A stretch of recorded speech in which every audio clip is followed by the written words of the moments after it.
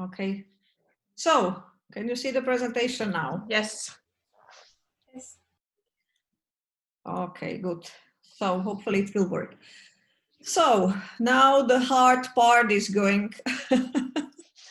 So if you think that everything was clear and easy now, I'm afraid that we are going to kill you quickly. But do not worry. I'm trying to do my best to introduce you how to make the budget in very logical way. So first, I would like to okay, it's not working like the presentation, but okay, it's not so important. To explain you why it is used and what is it, the budget. And the budget, very easily is saying, it tells you what the funder specifically want to see. You are requesting for funding, and it should be item by item. If the funder asks you to deliver the budget, he usually doesn't mean that he wants to see the lump sum, one sum, like we want to spend this amount of money on the project, but he wants to see the details. So also the grant budget is usually not your organizational budget. It means that into the project budget you usually include only the expenses and the income, which is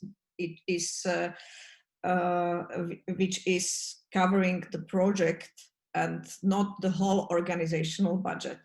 There might be some exceptions, but this is not our role right now to talk about this. So this is a very short explanation what the budget is. We will come to more details later on, but before we start, I would like to see what do you know, and if you are somehow if you know some of the specific words which are used in the budgets. We found that it's quite difficult to understand some terms, and we would like to explain it, and we will give you a small quiz. You understand? Are you with me? Yes, yes. Thumbs up. Yes, And we are. Yes, we are. Perfect. So, and I'm ready to show the first question. Yeah, I will explain you first. So, we are going to ask you how you understand some financial terms.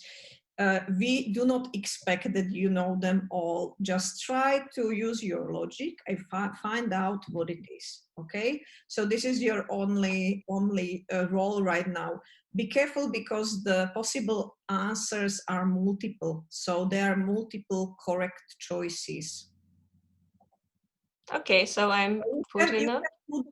You can put the first question and just. Do you see it? Yes. So few more seconds, you just read it, and just put what do you think is in-kind costs or contributions.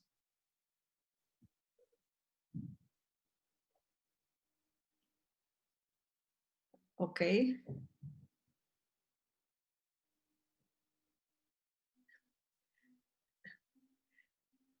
Okay, we will close the pool. So just, yeah, Ilan, yeah. Can I share the results or, yeah, okay, you do. Okay, I think you were very, very good in this because the correct answer is in-kind contributions are volunteer time or use of organizations' equipment and software, and use of organization facilities. To explain you a little bit more is that in-kind items are the contributions your organization can make to the project without going outside to hire the services or purchase the goods. Main examples of this are, for example, employee time and benefits, use of equipment, use of materials, including software licenses, books, supplies. Volunteer time is one of the very typical one, because this is a time which is, let's say, donated to the project. Then the facilities, rooms you are using for free, and also access to special support services such as technical consulting. Okay, is everything clear? Do you understand now? Yeah, people are nodding. Yeah, good. Thank you. Then we can go to the second question.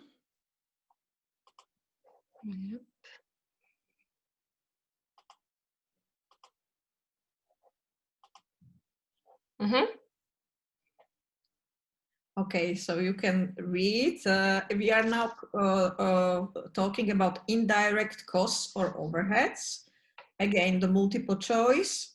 And please try to think what this can be, and try to tip whatever you think is correct. Nikas raised his hand. Yeah, sorry, just to confirm something. I am stuck to the slide that says why it is used. I can see anything else. Am I the only one? Yes, yeah, but we will continue with the presentation in a. All right, all right. So I thought we were supposed to see some questions on the slide. So sorry. No. The questions are in extra pool. Can you see the question in the pool? Which pool? Sorry. Mm-hmm. So, Nikas, it looks like you are the only one who does not see the poll, yeah, because we are showing the questions and people are voting. Frankly speaking, I do not know how to solve it. All right. I'll try to figure it out. Yeah, probably, yeah, you can. But please continue, yeah. I'm sorry. Leave and return, probably to help. Yeah, I can read the choices if you want. So indirect costs or overheads can be translation, heating, light or bathroom facilities, administration costs, even catering, or calculated as percentage of the total grant budget. So 14 people voted, so we give you 5 more seconds. Okay, then we close the poll. Okay, so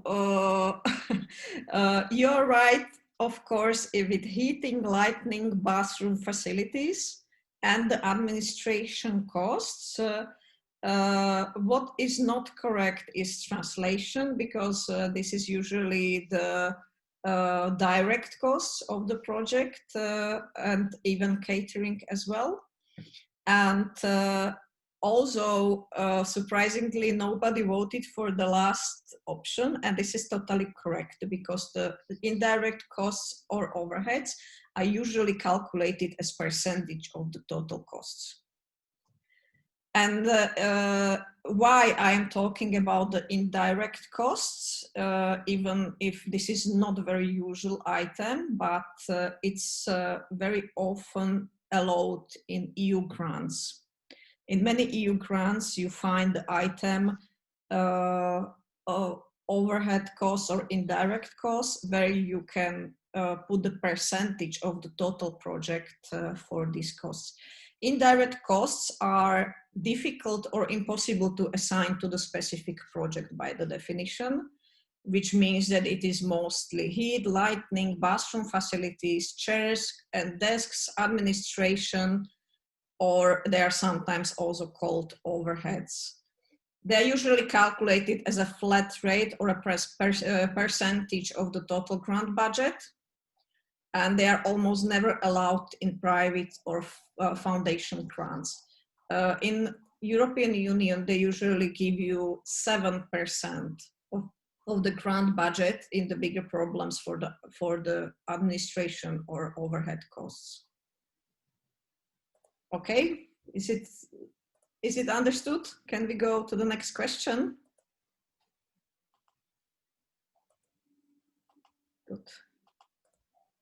Thank you. Next question then.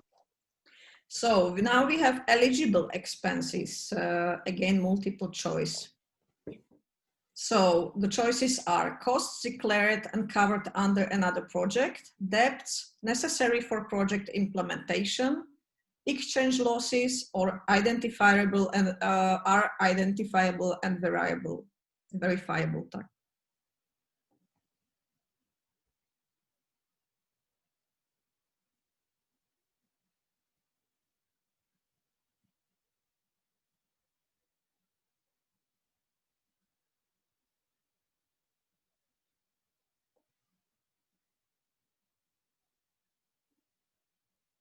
Okay, 12 people voted, so let's have 10 more seconds and close the poll. Yeah, 14. Okay. Yes, I think you were, most of you were correct in this. Exactly these two choices are the most important one. Necessary for the project implementation. Eligible costs are necessary for project implementation, and they're identifiable and verifiable. It means that you can very clearly identify those costs and verify them by some kind of proof, a bill on the invoice or any kind of paper. One more important thing, which is qualifying for eligible expenses, is that they comply with the legal requirements. We will repeat this one more time in the presentation because this is very important issue. Thank you. Now the next question. Here it is. Yep.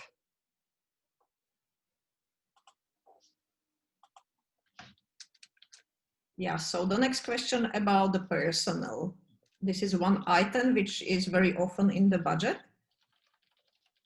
And the choices: net salaries, volunteer time, salaries, and wages, including all insurances.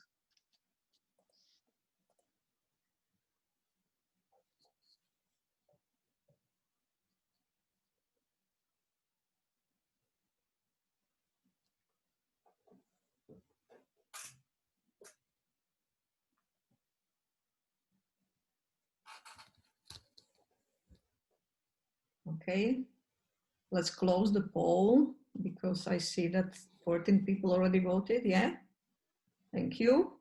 So of course the right answer is the last one, the only one: salaries and wages, including all the insurances. This is very important, that the personal choice. Personal mean people, staff, or crew costs, salaries and wages. This is not about volunteers at all. Personnel is for the paid staff.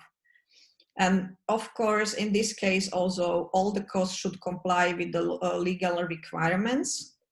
And they should also include all costs and benefits which are legal in the specific country, especially, for example, also the meal tickets. If the employer is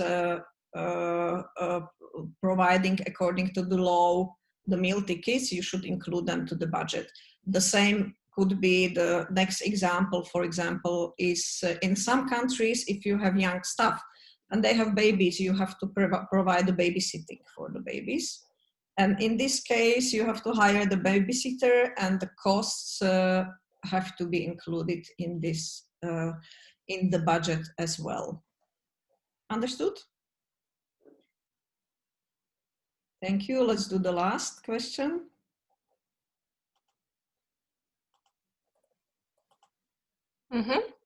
Yeah, the last one is flat rate. This is something very specific. And what do you think? Is it the flat rate? 65 euros per day, 30 cents per kilometer, or travel costs from 100 for 500 to 2000 kilometer distance is 275 euros. What do you think is flat rate? Again, multiple choice.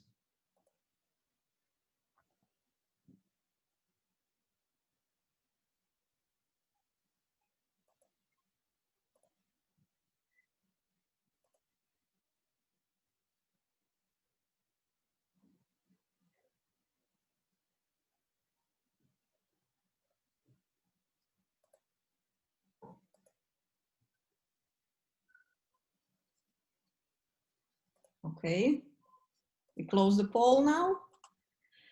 Okay, the correct answer is very easy. All three of them are correct.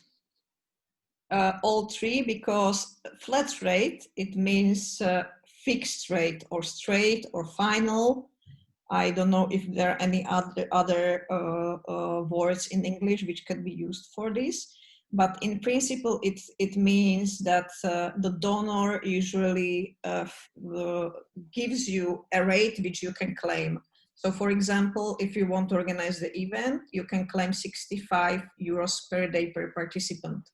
Or you can pay participants the travel costs, but you have to, they can claim only 275 euros flat rate for the distance between 500 and 2000 kilometers. Also, 30 cents per kilometer is flat rate for the car, of course, for the reimbursement of the petrol. So I hope this is clear and we can come back to the presentation.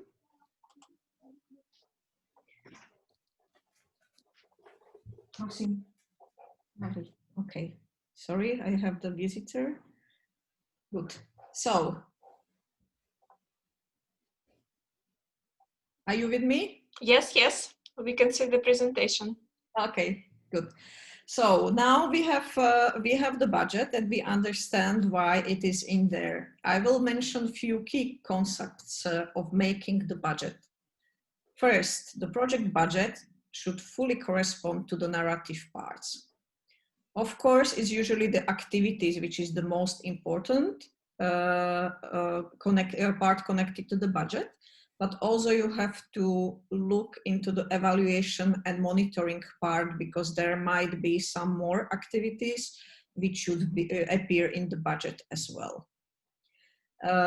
What is also important is to see what the donor requires you to do, because for example, this is the best example of this is if the donor requires that your project is audited in the end.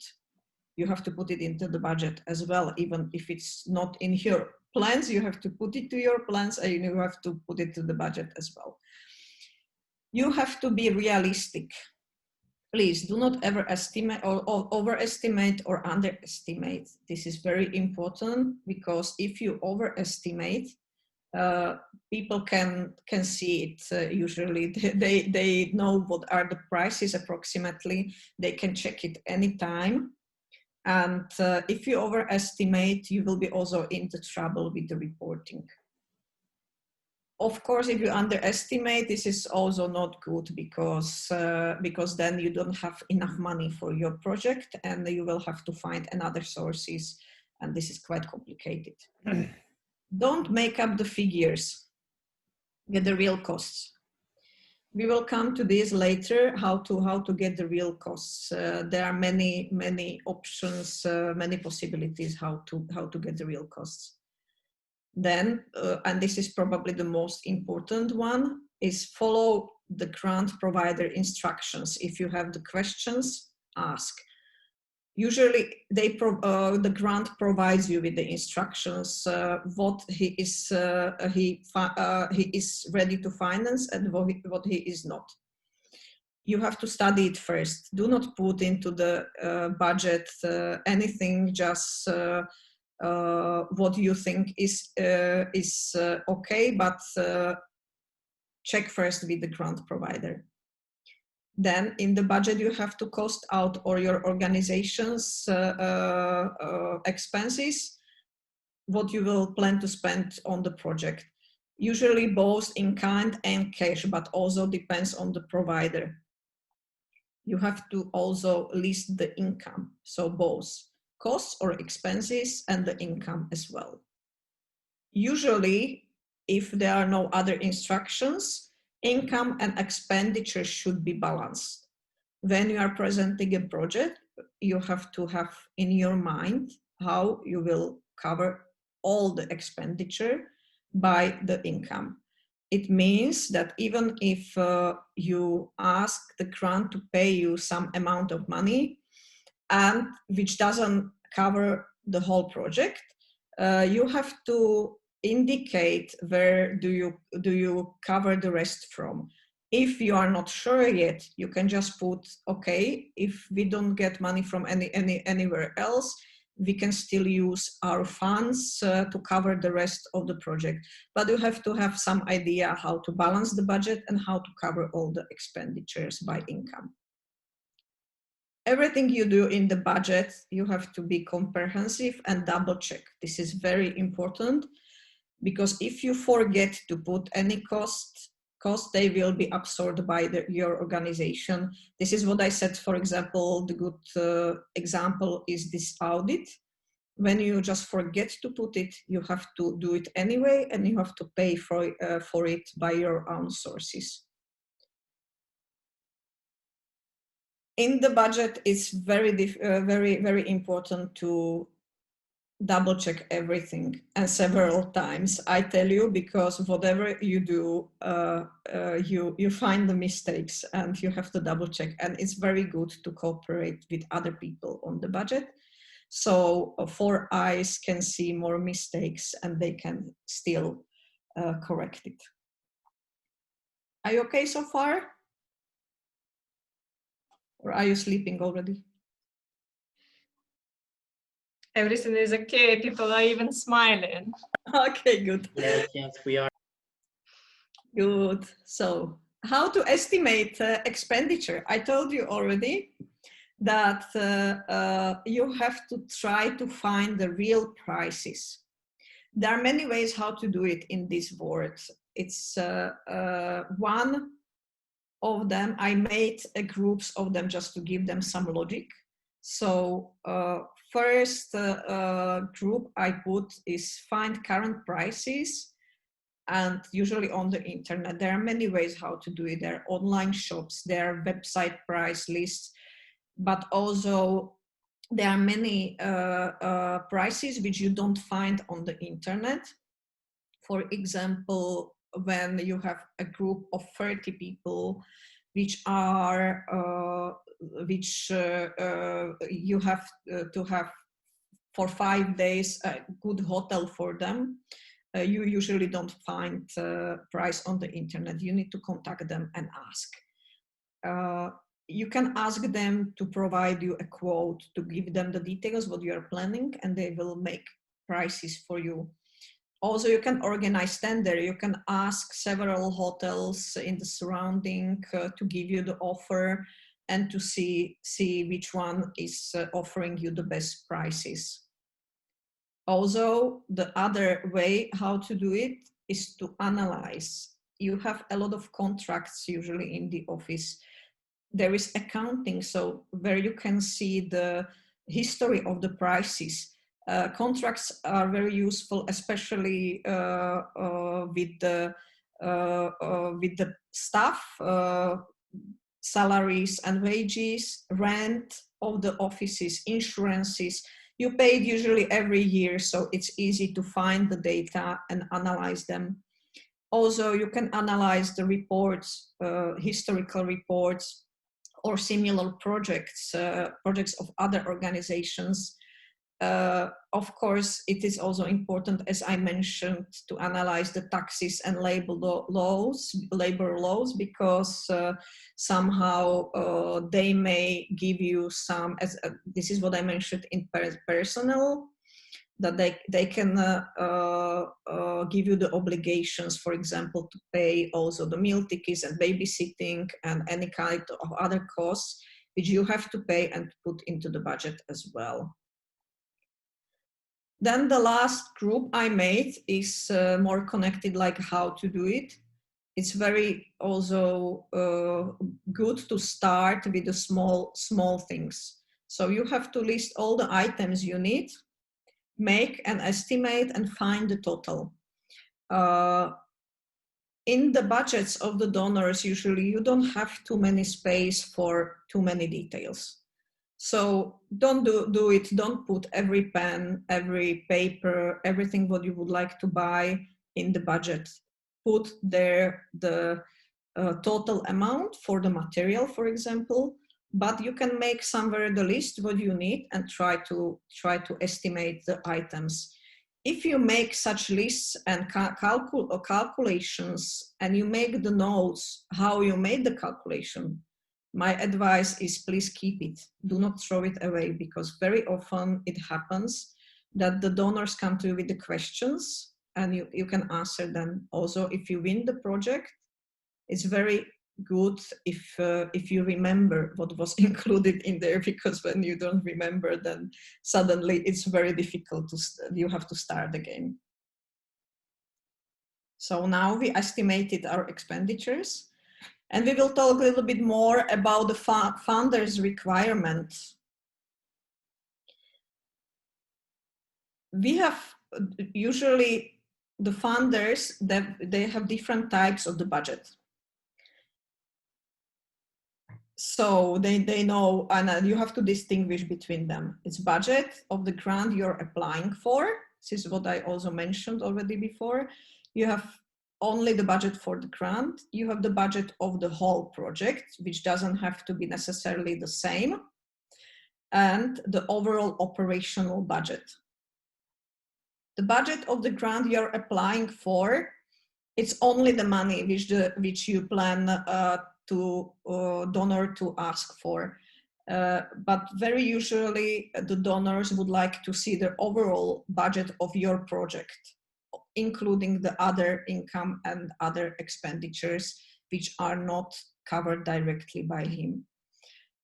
It's also important to know that the donors, especially with the big projects, they also may ask you to provide you the overall operational budget on the top, because they are interested also how your company is or organization is doing, and they would like to see the whole budget of the organization. So now we are in the eligible expenses. You remember that we were already talking about it.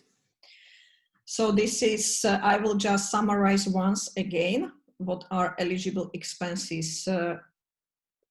You may find very different vocabulary for this in different languages, also in American English, in British English, in European English, and in whatever English we are using. They can have different name, but I'm using eligible costs, especially because of the European Union grants, which are using this term. And many organizations are already taking the words from the European Union for their grants. So this is probably the most used expression. So eligible expenses are incurred during the project period, indicated in the budget, necessary for the project implementation, identifiable and verifiable, comply with the legal requirements, reasonable, justified, and comply with the principle of the good financial management. As I said, real prices, no overestimated, not underestimated. And they are, of course, not covered by other grants. So this is what the donors hate to see, is if you are asking them to cover something what is covered by another grant. Please don't do it. It's a double financing, and they really don't like it. Now we have eligible expenses again, but with very concrete examples. I have done two categories of those. One is what the donors usually accept, and one is what you really have to check if they accept it or not. In general, the first part is something what is really accepted in smaller projects. So for example, if you apply for the grant for smaller activities like like event or of training or any kind of gathering. On the other hand, then we have much bigger projects, like 1 year projects or 3 years projects, which are covering many activities and so on. So usually in the smaller scale projects, the first part is eligible expense, and the second part is eligible expense also in the bigger projects. So usually, as I said, in the smaller project, they usually accept event costs, accommodation, catering, rent, travel costs, materials and supplies, contractual services, translation, speakers, research, or postage, communication, bank charges, hours for volunteers, any kind of small costs which you can verify. But in the bigger projects, they usually also accept personal costs, which means staff, which we already talked about, constructions, renovation, equipment, depreciation, contingency reserve, external audit, indirect costs. This is what we were talking already about, or in-kind costs, which also we were talking about. So, and on the other side, you also have ineligible expenses. When you have eligible, you also have ineligible expenses. And this is usually the costs which the donor is writing. And if this is on the list, please never ever put it in the grant application, because they really do not accept this. And these are just the examples which can be on the list, but you also can expect, for example, in some projects, you can also expect that on this list you will find, for example, personnel costs, because there are some projects where the personnel costs are not allowed as well. So they can be put within the eligible costs or ineligible costs, or, for example, equipment. They are also the foundations which don't give you money for the equipment or reconstruction. Then it can be on the other list. This is also the reason why I put the question mark here. So this is about eligible and ineligible costs, and now we are coming to the income. Income is, in fact, how much money should I apply from the funder? This is sometimes a very tricky question. Usually the funders, they give you at least the range of the money. For example, we can give you from 5,000 to 10,000 euros, or we can give you from 100,000 to 300,000 euros. And this is a very big difference. You have to apply for the project which is fitting in your project budget. If you are applying for 10,000, do not apply for the grant, which is giving you 100,000 minimum. And there are some donors like this. So you have to study what the funder is able to give you, and of course, choose the right funder for your size of the grant. Also, income side answers what part of the budget should be financed from other sources.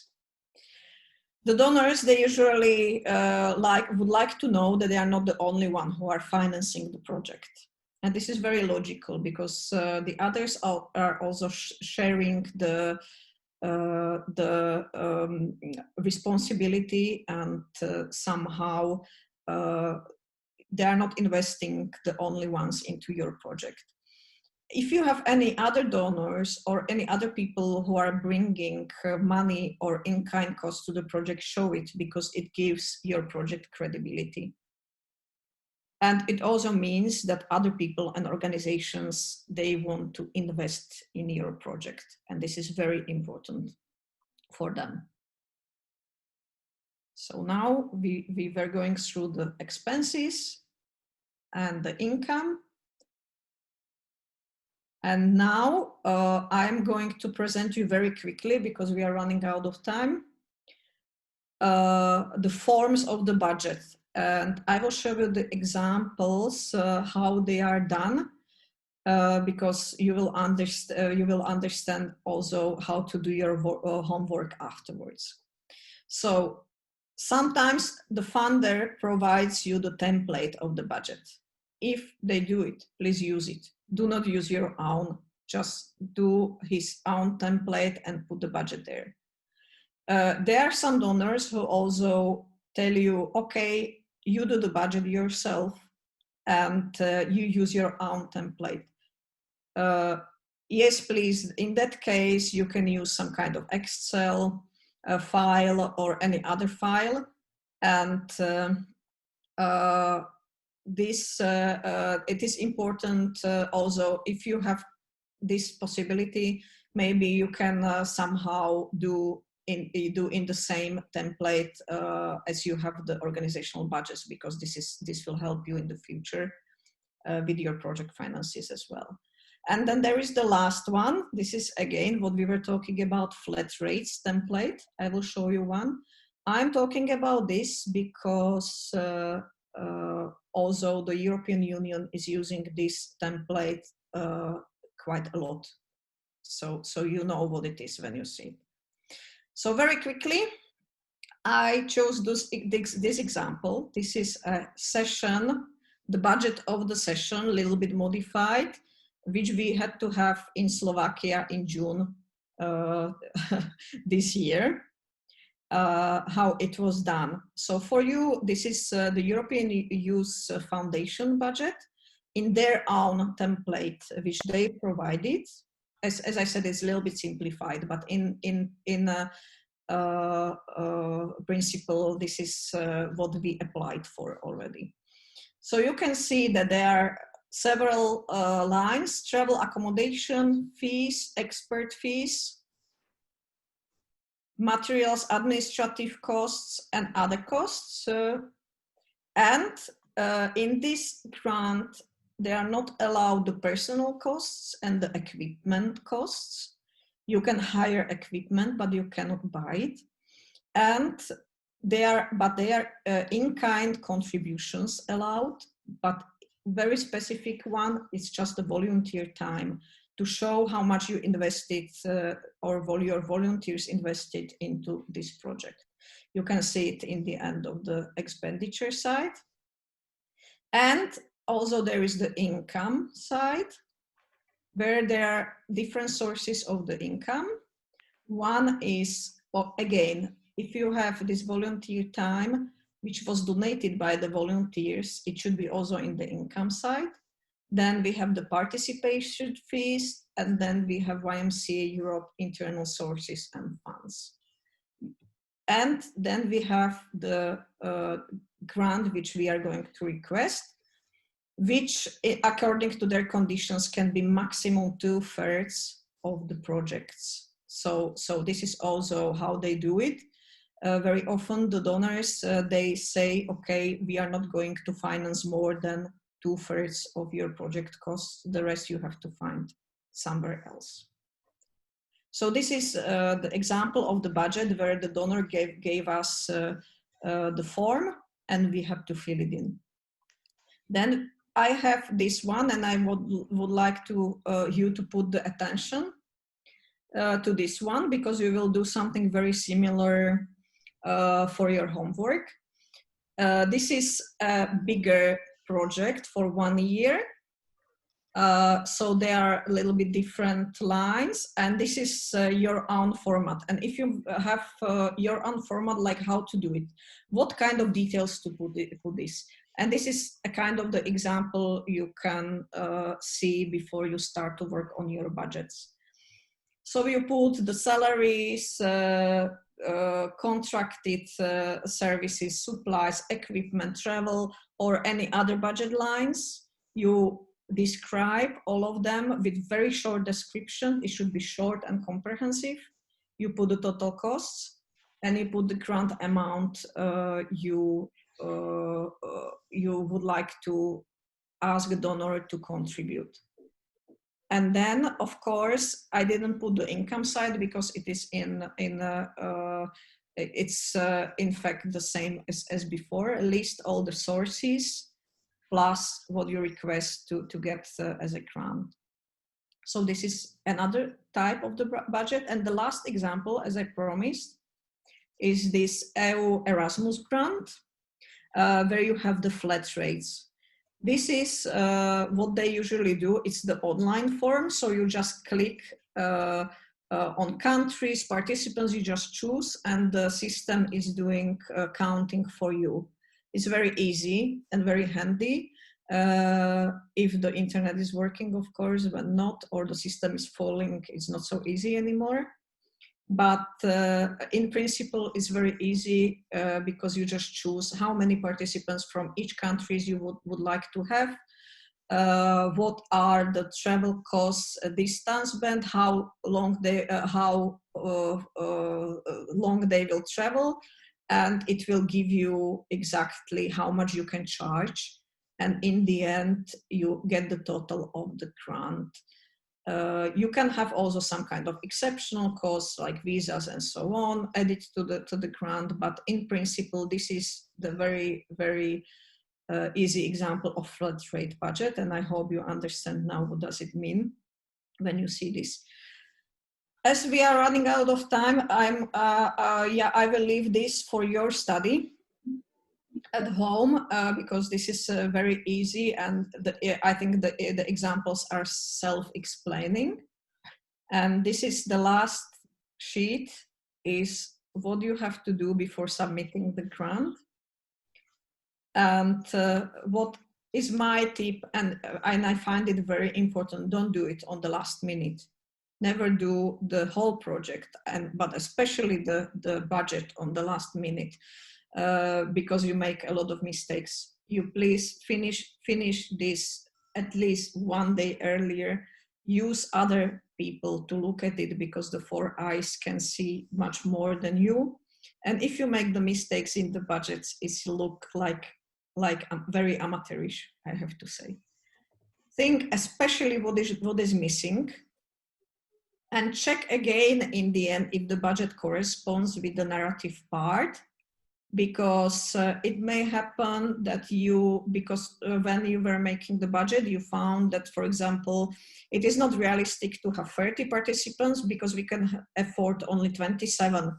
You just make the change in the budget, but then you have to return back to the beginning of the project and to make changes there as well.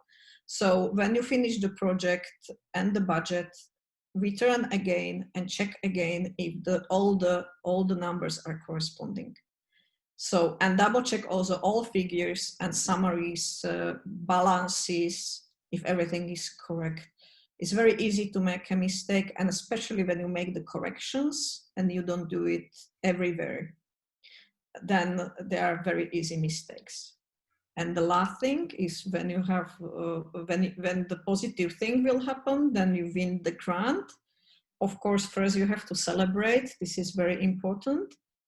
But then you have to come back to the real work, plan cash flow of the project, because it's very, very often happens that the cash flow, you just don't get money immediately and in time to start the project. So you have to plan how to finance the project before you get money, or right now when you get money, because sometimes the donors give you money in the installments. So this is very important thing which you have to sort. Find what evidence you need for reporting. Prepare to report before you start with the project. Otherwise, you're in a big trouble, and you have to know what evidence you have to keep. And also plan how to manage the finances. So I think I I am done with my presentation. Thank you for listening, and sorry it was so long and it is so late, and I hope you can still somehow survive a few more minutes while we explain what will be the next. And you can contact me anytime with any question you have. You have my contact, and you can contact me if you need any advice